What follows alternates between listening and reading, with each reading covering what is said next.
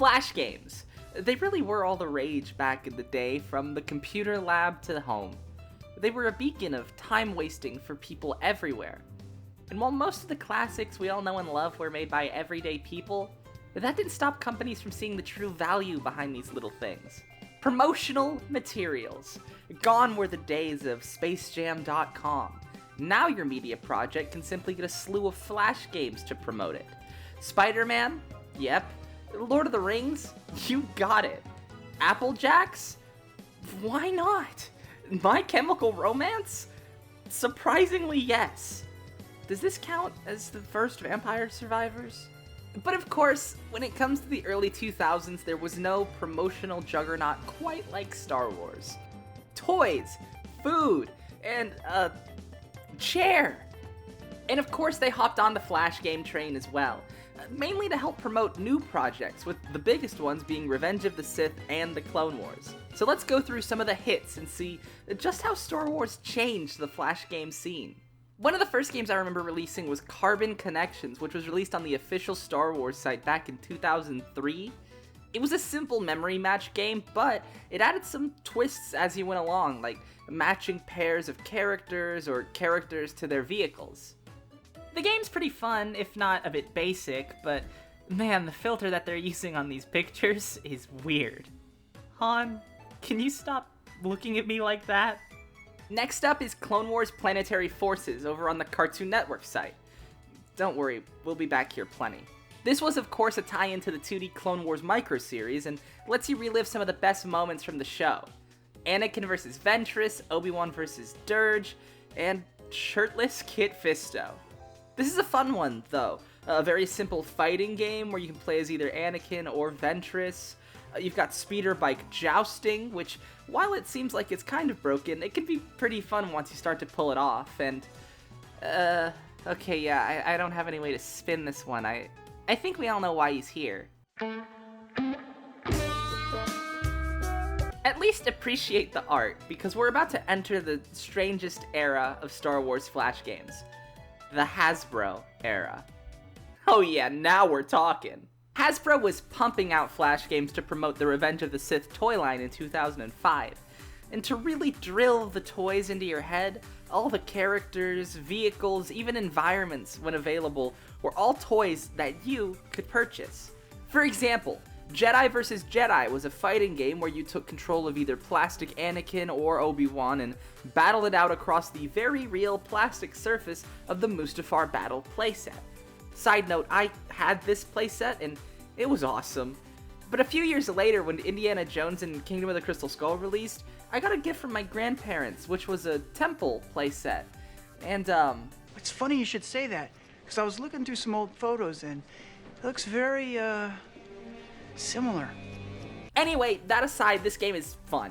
It's pretty rewarding to win a fight by actually timing your blocks and attacks, but it's also very easy to just cheese the force push, as I did tons back in the day. There was also a lightsaber battle game which had you swiping your mouse across the screen to slash through droids and deflect blaster fire. Possibly the most difficult so far, mainly because the controls don't really work all that well, but you can kind of adapt at a point. Besides, it's hard to get too upset as long as you can remember that Yoda is here to help. And these were probably Hasbro's highest effort when it came to the toy line promotion. After these, we had such hits as Galactic Alignment, and the strangest yet, the Revenge of the Sith Scene Bot. Here you can peruse the entire Revenge of the Sith toy line and place them on these backdrops to create whatever scenes you want. They even have different animations you can play through and pause at any point to get the poses you want. I do have to admit that the effort they went through to do all the stop motion for these is sick. It's pretty cool to see these figures from my childhood running around on their own. But this also reminds me why I never really messed with this all that much. I just played with the actual action figures. I suppose if you didn't have any of them, this could have been a fun way to get some of that feeling, though. Yes! I recreated my favorite deleted scene from Revenge of the Sith! There was also an original trilogy version of this that released to cross-promote that line of toys a year later. With this also came the hit release Battle Orbs. He's cheating. by the way. With the black shield up, he can definitely see. But of course, Hasbro's action figure line wasn't the only toys around getting Flash games. We also had the classic build-your-own lightsaber kit getting a game as well. Now, if you were a Star Wars fan back in 2005, that Ultimate Lightsaber kit was probably one of the coolest things that you could get. I remember constantly showing my mom the pictures of it in issues of Star Wars Insider, but in between begging sessions, I would hop on and play this, which was half sandbox, build your own lightsaber, and half a building challenge where you had a timer and had to replicate the saber shown. Nothing crazy, but it does hold a special place for me. But there was no toy juggernaut quite like LEGO.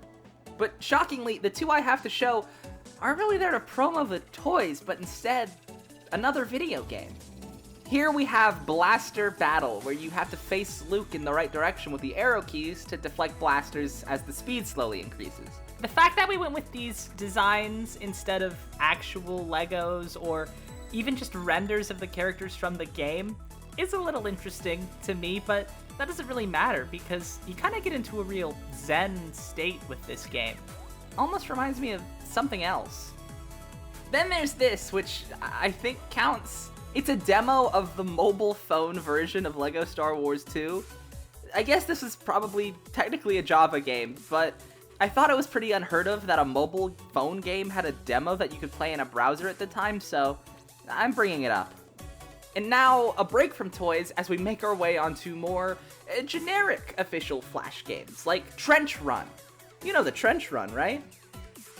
If you don't, I'm not sure why you're here. Anyway, this is a fun one, if not just for the UI alone. The little text at the top going through the dialogue as you scroll through this FMV-looking trench. It's a small but fun way to get some Trench Run action if you don't feel like booting up any of the other billions of Star Wars games that provide it. Plus, I also like the rearview mirror you get after you shoot off the proton torpedo. Next up, we've got what were some staples of the Star Wars website for me. We have the Crawl Creator and the Soundboard. Now, the Crawl Creator is pretty self-explanatory. Write out whatever you want so you can put it at the start of your next fan film. Sorry, no trade routes this time. And then there's the Soundboard, which may sound boring at first, but there's really a lot here. Individual character boards, ones for space battles, ones for weapons, even ones themed to special episodes of the Clone Wars. The best part, of course, is that you're able to put them all on a timeline at the bottom and make little scenes. I would do this all the time as a kid, sometimes even in combination with the Crawl Creator to pretend I was making my own Star Wars movie. Hello there. What's this? Yep, I've still got it. But now, my friends, we enter the era of the Clone Wars, and first up are our pals at Hasbro making some interesting choices. Here we have ATTE Rescue, a game where you rescue clones in an ATTE. I know, it's very complicated. Again, we have Hasbro stop motion coming into play as we stomp around collecting power-ups and destroying droids as we pick up every clone on the map. If you don't get them all before the time's up, you lose. I gotta be honest, the emulator that I was playing this one in made it very difficult to do well in this game, but from what I did get to, I actually kind of like it. It's simple, but it's very clear what needs to happen, and it's fun. Next up is a game with only one of those qualities. This is the Galactic Battle game. Now, if you were buying Clone Wars figures at the time, this may seem familiar to you, as this is essentially an online version of the card game that they tried to include with the figures at the time. I have to confess, this is the first time I ever actually tried to understand how that game was supposed to work, and honestly, I'm stretching the meaning of the word understood. Each character has a card that could slide into the included figure base. That base will cover up certain bonuses, leaving you only a few, as well as your character's standard scores that are on the card. You and an opponent will pick your character and base, and then roll some dice to see which category you compare. Whoever has the highest score wins. The online version here provides 4 characters for each side. Anakin, Obi-Wan, Rex, and really Kit Fisto again? How much is he paying his PR team? And for the Separatists, you have Dooku, Ventress, Grievous, and Droideka? Well, there's no way I win this one. Holy shit! Now, before we get to these last two, which I do feel are easily the best, I do want to shout out an absolute classic, Flash Wars. This was a fan game that was a RTS arcade hybrid thing where you gathered resources to build up a fleet and fight the enemy. I was obsessed with this one back in the day and wish there was like a modern game that played like this. Definitely one of the best fan games at the time in my opinion. And now we head back to CartoonNetwork.com for one of the largest games, Clone Wars Game Builder.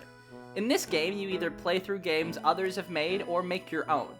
You can select from tons of different characters and objectives to make your game with, like surviving for a certain amount of time or destroying an enemy base. You can even get power-ups or vehicles. Of course, you can place walls and enemy spawners to make sure the game is, actually a game. Just make sure you don't trap yourself. I loved this one when it was still up, mainly due to being able to play all the other fan-made levels. It was like a proto-Mario Maker for me. And it wasn't the only one of these in this style. Cartoon Network had plenty of these made, like there was an Adventure Time one, and I think there was a Batman Brave and the Bold one as well. They were all great. But nothing was able to beat what I think was the best Star Wars Flash game, Livefire. Livefire was available on the Star Wars website and had you playing as a single clone trooper that you could customize however you wanted. You would run through levels and collect these data packs and make sure you destroyed all the enemies. You could even get a squad of troopers eventually to go with you for the harder missions. There was something about this game that just grabbed me. It wasn't too difficult, but the gameplay loop was addictive enough that I kept coming back to it. Plus, any game where I got to play as a clone trooper at the time was a big plus, even if I had to deal with vulture droids chasing me at unnatural speeds. But for now, that's all. If I missed any browser games that you loved back in the day, let me know and I may make a part 2. Who knows? Until then, I'll leave you with shirtless Kit Fisto. I know you missed him.